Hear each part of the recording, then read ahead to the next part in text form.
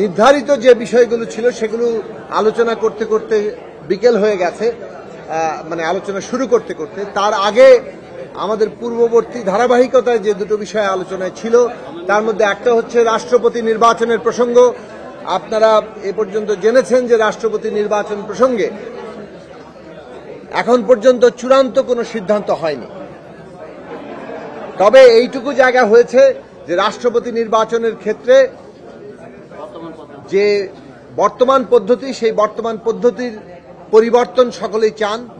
এখন সেই পরিবর্তন কি আকারে হবে তার জন্য ইলেকট্রাল কলেজ তৈরি করতে হবে, কিন্তু ইলেকট্রাল কলেজের আকার নিয়ে এখনো পর্যন্ত পুরোপুরি সিদ্ধান্ত হয়নি।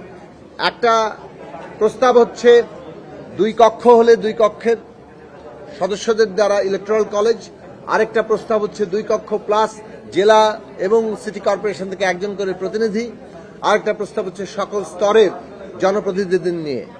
তো এই 3 বিষয় নিয়ে আরো আলোচনা হবে এবং সর্বশেষ সিদ্ধান্ত হবে। দ্বিতীয় যে প্রসঙ্গ বারবার উঠে এসছে, যেহেতু এর আগে ঠিক হয়নি, সেটা হচ্ছে দ্বিকক্ষ বিশিষ্ট পার্লামেন্টের বিষয়ে সিদ্ধান্ত। আজকে আপনারা ইতিমধ্যে জেনেছেন যে দ্বিকক্ষ বিশিষ্ট পার্লামেন্ট করার ব্যাপারে একটা সর্বসম্মত সিদ্ধান্ত হয়েছে এবং দ্বিকক্ষ বিশিষ্ট পার্লামেন্টে সদস্য সংখ্যা 100 হবে, এই বিষয়ে সিদ্ধান্ত হয়েছে। তবে এই দ্বিকক্ষ বিশিষ্ট পার্লামেন্টের গঠন কিভাবে হবে, এখানে একটা বিরাট অংশের প্রস্তাব, আমাদের প্রস্তাব আছে যে সংখ্যানুপাতিক পদ্ধতিতে, অর্থাৎ মোট প্রাপ্ত ভোটের অনুপাতে এখানে এই দ্বিকক্ষ বিশিষ্ট পার্লামেন্টের 100 সদস্য তারা গঠিত হবেন এবং এই দ্বিকক্ষ বিশিষ্ট পার্লামেন্টের এখতিয়ার কি হবে, সংবিধান সংশোধন সহ বিল পাশ করার ক্ষেত্রে তাদের সেখানে অনুপাত কি হবে এবং তার সাথে নিম্নকক্ষের ক্ষমতার ভারসাম্য কি হবে, এইসব প্রশ্নগুলো এখন পর্যন্ত কোনো মীমাংসা হয়নি। ফলে আজকে সিদ্ধান্ত হচ্ছে রাষ্ট্রপতি নির্বাচনের ক্ষেত্রে একটা অগ্রগতি, যে এটার জন্য একটা ইলেকট্রাল কলেজ করা হবে, পুরনো পদ্ধতির একটু বদল করা হবে, অন্যদিকে দ্বিকক্ষ বিশিষ্ট পার্লামেন্ট গঠন করা হবে এবং 100 সদস্যের হবে। এর বাইরে আরো যে প্রসঙ্গগুলো আলোচিত সেগুলো অমীমাংসিত আছে।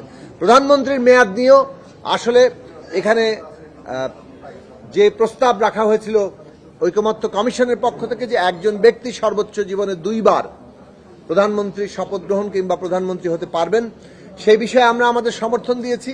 কিন্তু এ বিষয়ে অন্যান্য মতামত আছে, বিশেষভাবে 2টো গুরুত্বপূর্ণ মতামত আছে।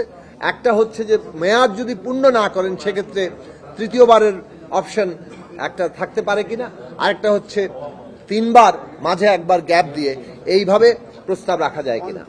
এখন মূলত বেশিরভাগ দল 2 বারের সর্বোচ্চ 2 বার 2 মেয়াদে প্রধানমন্ত্রী হতে পারবেন বলে মতামত দিয়েছেন। এ বিষয়ে অন্যরা ভিন্ন মত দিয়েছেন, কিন্তু এই বিষয়ে আরো আলাপ আলোচনা হবে আগামী দিনে। ঐকমত্য কমিশনের আলোচনা চলছে এবং এই ক্ষেত্রে নানা দিক থেকে যে আলোচনার মধ্যে একটা সৌহার্দ্য এবং শেষ পর্যন্ত জাতীয় স্বার্থে একটা জায়গায় পৌঁছানোর জন্য চেষ্টা, পার্থক্য সত্ত্বেও সেই চেষ্টা এখন পর্যন্ত অব্যাহত আছে।